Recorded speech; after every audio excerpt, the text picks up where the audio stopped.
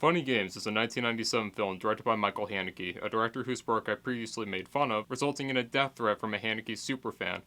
Lucky for him, I think that Funny Games is one of the best psychological thrillers of all time, if not the very best. The film follows a family of three, Anna, George, and Georgie, as they settle into their vacation home and fall victim to a pair of unwelcome visitors, Peter and Paul.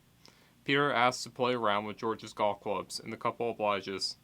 Peter asks if he may have some eggs. Anna obliges as well, only for Paul to break the eggs repeatedly, supposedly by accident.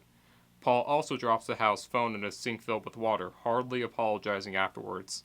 Anna insists that Paul leaves, but he and his friend Peter make themselves more than at home.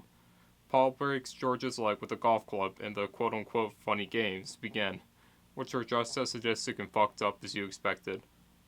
This is one of the controversial films that caused the fragile pussies at Cannes to walk out, nauseated and disgusted. Out of the 45,000 people who go to Cannes, I feel like a solid percentage of them must be motherfuckers looking to get clout for social media, dressed up partygoers, dumbass vloggers, and people who don't want their crocodile tears to ruin their makeup. It figures that they can't take anything that challenges them. This is a deeply nihilistic and graphic film, uncaring and unsympathetic to the physical and emotional suffering of neither the characters or the film's audience. There are no happy endings, unless you're deeply sadistic.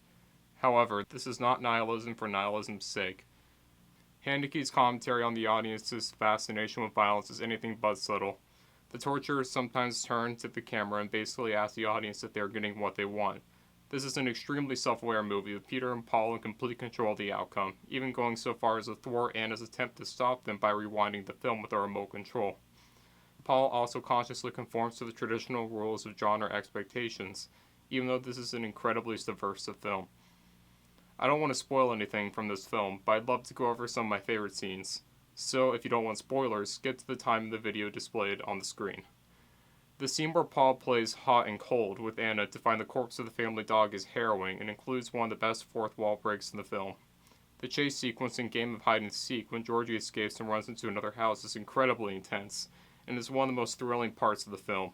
The scene where the camera stays totally still after Georgie's death for a solid 5 minutes is very challenging, and Suzanne Lothar's performance is captivating. Overall, Funny Games is the most subversive psychological thriller ever made, and a staple for art house cinema. Definitely defying expectations and testing the audience's threshold of tolerance for violence or their fascination with it. It is an indisputable masterpiece. This has been Sean Fee, the most schizophrenic, depressed, and suicidal reviewer to ever live, signing off.